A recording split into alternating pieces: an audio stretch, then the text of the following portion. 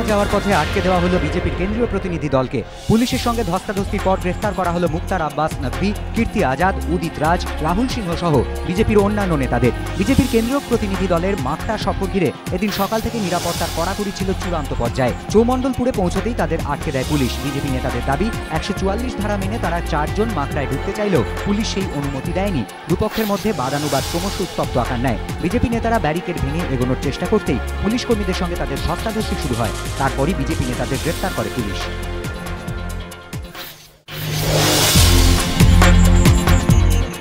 অভিজিৎ চক্রবর্তীর উপাচার্য পদে থাকা উচিত কিনা এ বিষয়ে ছাত্রছাত্রীদের মতামত জানতে যাদবপুর বিশ্ববিদ্যালয়ে শুরু হয়েছে গণভোট। আজ কলা বিভাগের পড়ুয়ারা মত দেবেন। বিকেল 4টে পর্যন্ত প্রথম পর্যায়ে চলবে ভোট গ্রহণ। আবার সন্ধ্যে 6টা থেকে রাত 8টা পর্যন্ত দ্বিতীয় পর্যায়ে ভোট নেওয়া হবে।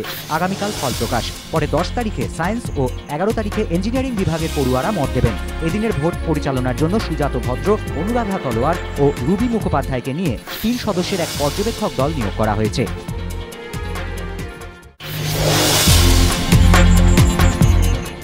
ব্রাজিল বিশ্বকাপে তাঁর পারফরমেন্স বিশ্বকাপের আদর্শ হাতে তলায় এসেছে বারবার। সেই কাঁটা ছেঁড়া এখনো অব্যাহত। লিওনেল মেসি 3 মাস কেটে গিয়েছে, মেসির সোনার বল বিতর্ক চলছেই। প্রিয় শিষ্যের হাতে সোনার বল তুলে দেওয়ার সিদ্ধান্ত মেনে নিতে পারেননি স্বয়ং মারাদোনাও। এবার সে বিতর্কতে উস্কে দিলেন ফিফার প্রেসিডেন্ট। টুর্নামেন্ট সেরা হিসেবে সোনার বল পাওয়ার যোগ্য ছিলেন না মেসি, এমনই ধারণা সেপ ব্ল্যাটারের।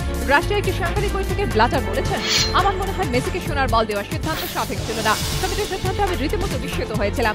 কমিটির সদস্যরা জানান, ফাইনালে যারা খেলেছেন তাদের মধ্যে 10 জনকে ওই খেতাবের জন্য বিবেচনা করা হয়েছিল।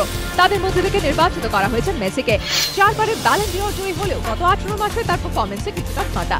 এবারে ব্যালন ডিওরের দৌড়েও রোনাল্ডো, রবিন লুয়েটের চেয়ে বেশ কিছুটা পিছিয়ে পড়েছেন আর্জেন্টাইন জিনিয়াস। তার মধ্যে ব্ল্যাটারের এই মন্তব্য বিতর্কে ঘি ঢালল নিঃসন্দেহে।